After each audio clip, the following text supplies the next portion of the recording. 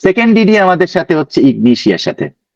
ইগনিশিয়ার সাথে hepar সালফারের DD কেন করতেছি, এটা খুব ইম্পর্টেন্ট, এবং এটা খুবই ইম্পর্টেন্ট। এটা আসলে মূল ডিডিটা হচ্ছে এখানে, কারণ ইগনিশিয়া সাথে হিপার সালফারের বেশি লেগে যায় যখন আমরা আমরা আমাদের যদি একটু মাইন্ডের দিকে যদি আমাদের একটু প্রবণতাটা বেশি থাকে। হিপার সালফারও ফ্যামিলি কমপ্লেন নিয়ে আসবে, কাছাকাছি লোকের কমপ্লেন নিয়ে চেম্বারে আসবে। ইগনিশিয়াও কাছাকাছি লোকের কমপ্লেন নিয়ে চেম্বারে আসবে। একটু বুঝতে চেষ্টা করতে হবে। হিপার সালফারকে যখন আপনি দেখবেন যে আমার আইপিআর কি ছিল, ইন্টারপার্সোনাল রিলেশনশিপের জায়গায় যখন আপনি ধরবেন, আপনি তখন দেখবেন যে এই কেসগুলো আর ইগনিশিয়ার কেসগুলা অত্যন্ত অত্যন্ত অত্যন্ত কাছাকাছি। আমি এক প্রথমেই বলছিলাম যে মেডিসিনের কজেশন এখন আর ইম্পর্টেন্ট না, মেডিসিনের রিয়েকশন ইম্পর্টেন্ট। সো এইচসিএলএন এর যে কজেশন আছে ওটা তো অত্যন্ত ইম্পর্টেন্ট কজেশন, কিন্তু ওই কজেশন থেকে কি হচ্ছে ওইখান থেকে মেডিসিন সিলেকশন হবে না, ওই কজেশনে রুগীর কি রিয়েকশন হচ্ছে ওইখান থেকে মেডিসিন সিলেকশন হবে।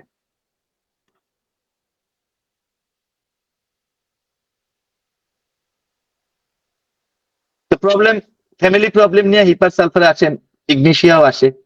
ইগনিশিয়ার ফ্যামিলি প্রবলেমে ইগনিশিয়ার চোখের মধ্যে গ্রিফ থাকে, দুঃখ থাকে। হিপার সালফারের ফ্যামিলি প্রবলেমে হিপার সালফারের চোখের মধ্যে রাগ থাকে, অ্যাঙ্গার থাকে। This is the difference.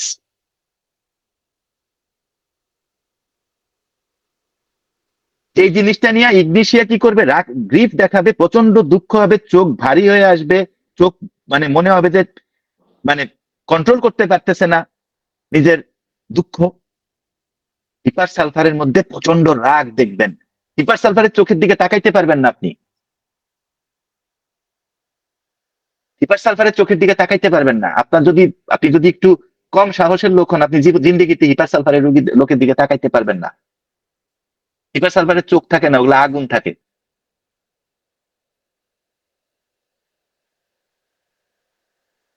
তো ইগনিশিয়াতে যেটা হবে, এটা হচ্ছে ইগনিশিয়াতে সব সময় মাথায় রাখবেন যে আপনার ইগনিশিয়াতে কিন্তু সে গ্রিফ নিয়ে আসবে, সে রিপ্রেজেন্ট করবে গ্রিফকে। হিপার সালফারে সে কিন্তু গ্রিফকে রিপ্রেজেন্ট করবে না, সে অ্যাঙ্গারকে রিপ্রেজেন্ট করবে, অ্যাঙ্গার ইজ হিজ রিয়েকশন।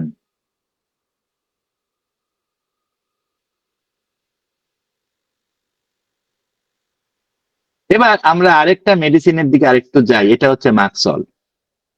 এটা খুব ইন্টারেস্টিং। আমি আজকেও একজনকে বলছি, একটু আগে আপনাদেরকে বলছি যে আপনি আমাকে যে কোনো একটা প্যাথোলজিক্যাল কেসে বা যে কোনো একটা কেসে আপনি আমাকে মার্কসলের সাথে হিপারের শুধুমাত্র ফিজিক্যাল লেভেলে ডিডি করে দেখাবেন যে কিভাবে কত স্ট্রংলি আপনি আলাদা করতে পারেন।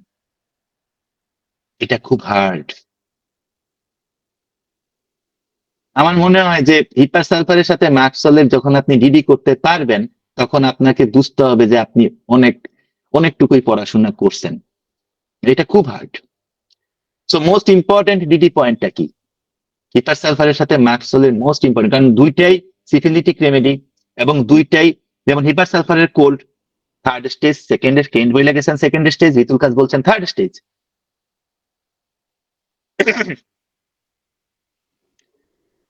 হিপার সালফারের ফ্যামিলির প্রতি ভালোবাসা থাকে,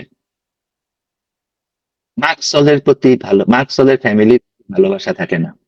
this is one of the most important point to note about the DD of hepar sulphur and merc sol. এখন কোনো কোয়েশ্চেন নিব না, হাত তুলবেন না, ক্লাস শেষ হোক।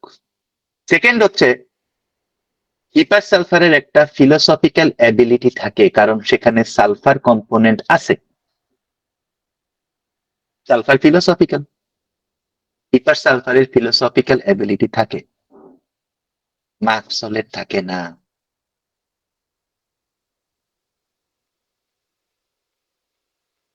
হিপার সালফার সুস্থ অবস্থায় সরি, হিপার সালফার সুস্থ অবস্থায় যেহেতু সেটার মধ্যে ক্যালকেরিয়া আছে,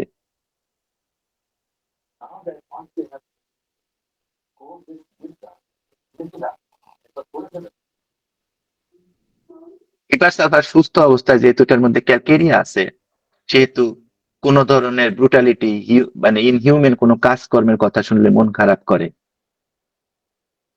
মাক্সলের এটা থাকে না। মাক্সল অ্যানার্কিস্ট হয়, হিপার সালফার অ্যানার্কিস্ট হয় না। এটা হচ্ছে বেসিক ডিফারেন্স। আরো আছে, অনেক আছে, এই ডিফারেন্স নিয়ে 1-2 ঘন্টা আমরা কথা বলতে পারি। এইটা বেসিক ডিফারেন্স, খুব বেসিক ডিফারেন্স, এতটুকু জানলেই আমরা অন্তত আলাদা করে ফেলতে পারবো। It is very very much hard. আমরা ওদিন দেখছি না থুজা মেডোরিনামের মধ্যে পার্থক্য কি, very very much hard to differentiate.